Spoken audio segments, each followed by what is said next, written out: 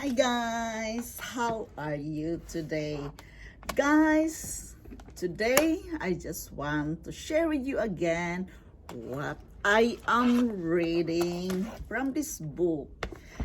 And as I go and continue to read this book, there's so much things to learn, guys. And my share with you today is about self-confidence. Have you ever think, guys, how to have a good self-confidence with yourself? Have you ever think where it does started? It's really interesting because it's really starts when we are small. It begins from we were small, and it is in our upbringing, our parents, the person who raised us, will learn that from them. And guys, in the Philippines, growing up there's a lot of negativity. At least in my generation, they always say, oh, don't do that. No, don't do that. Don't. A lot of don'ts in the Philippines, and didn't appreciate the child. Everything, it's just, it's very different. It's really different. And I was surprised when I arrived here in Norway because we raise our children here with all the praises. Oh, you are very good. Do that. Keep it up. You are good at it. And yeah, it is about pushing up the self-esteem of a child. And it is very important, guys, because, the child feel safe. The child feel valuable, and it really helps to boost our self-esteem, self-confidence, that we can do things in our own self by believing in ourselves. So guys, as I've been reading this, because for myself, I'm still working with my self-confidence. Since before until then, it's a process of learning. It takes time because of my upbringing back home in the Philippines. I was very surprised when I come to Norway. They all praise, oh, you're good at it. Oh, it's all good, positive things when you are at work, when you are at school. It's very, very different from the Philippines. And they're always grateful here to say thank you. Even a little things you do here in Norway, they are so busy saying thank you, thank you, thank you. So I learned a lot of that, and I don't notice that I'm changing also, and I'm transferring it to my children. I raise my children praising them that they are good at it, you can do it. And all those positive things, because it's really start from the mind of the child, guys, growing up to have a strong self-confidence, strong self-esteem. It's a process since the brain of the child develops since they are small. Here in Norway, it's not allowed to spank the child or punish the child. But in the Philippines, I experienced a lot of spanking, and only a little bit wrong, you spank right away, and it's not really a good upbringing for me. In the Philippines, it is discipline. Yes, in my years before, it is discipline. But as I grow up, having those low self-esteem, low self-confidence, because my family always say, it's bad, you are not doing good in school, you are not like your sister, or your sister is so good and she is so bright and you are not bright. But guys, each and every one of our children, if you have two children, or you can compare it to the other, but that is the one, my parents did, but at least in the Philippines. But in Norway, no, because each and every one child, they have their own unique talent, unique something in their self, in their personality. So as I keep reading this book, and it learns so much, I learned so much from it, that there is self-confidence. You must have to work with yourself. There it is again. Define your purpose, definite purpose in life. And you have to demand with yourself, believing in yourself. You have to demand in yourself that you can do it, persistent at that you can do this thing, you can do this business, you can achieve your dreams, you can reach your goals. It is persistent, doing it continuously. And the second is, you have to dominate your thoughts. You have to work with your thoughts. If the child's upbringing is been praising, we are praising the children since they were small, it automatically sit in their mind that they are good at it, they are clever, they are bright, they are brilliant, and they are good in things. If we started it from the child upbringing, that praising them. But I don't experience that in the Philippines because we have a different upbringings. Spanking is the discipline in the Philippines, but not here in Norway. So it is very difficult for me accepting all these things. And I have to learn, I have to work with my thoughts, that I have to force myself that I am good at this. I am unique. I am valuable. I am capable of doing things which I like, which I love, which can make me happy. Because it says here, you have to reproduce your thoughts gradually in physical action. Physical action means you have to think it. You have to do the work to think it, that you can do things. To believe in yourself that you can do it.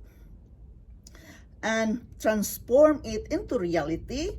You work with your thoughts and transform it into reality that you can do it. You can do this business. You can succeed this business. You can finish schools or whatever your goals in life. And the third one is still persistent. You have to force yourself, work yourself, seek expression through some practical meanings, attaining that object, that thoughts you are wishing to create. You wish to create the things, you want to do the things, and it is work in your mind also. Because if you work with your mind, demand yourself that you can do it, it really helps you to feel confident that I can make this. Yes, I can do this. Therefore, guys, I always say to myself, if others can do, so can you. So if others can do, I can do it, but I have my own tempo. I have my own level of doing it, slowly but surely, not like the others, because we are different from each other. We are human and we are different from each other. And guys, the fourth one is, remember, definite cheap aim in life. You have aim in life. You have this aim, and you will never, it says, you will never stop trying it. So what is your interest? What is your talent? You must not stop. You must keep doing it again and again to master that thing, because when you master such thing, you feel confident with yourself. I can do this. You are confident to say to yourself, I can do this thing. And to develop sufficiently again and again with yourself the thoughts, the attainment of your desire, it helps you to have a strong self-confidence with yourself. Still work with yourself, right, guys? And the fifth is, we have to remember that in creating a business, in creating wealth and success, it will not be based on lies.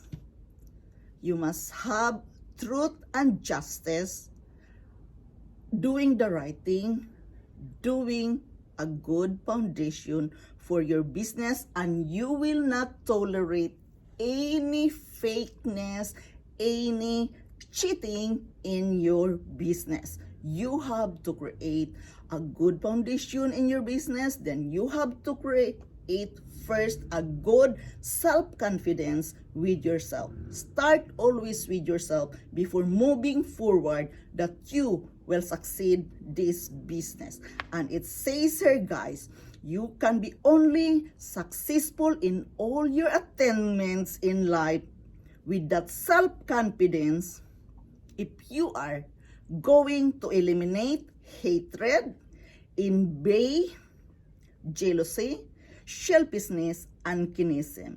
And instead of that, no jealousy, just eliminate that. Hatred, eliminate that. And practice forgiving and forgiveness. You have to forgive others and you have to forgive yourself and ask forgiveness as well.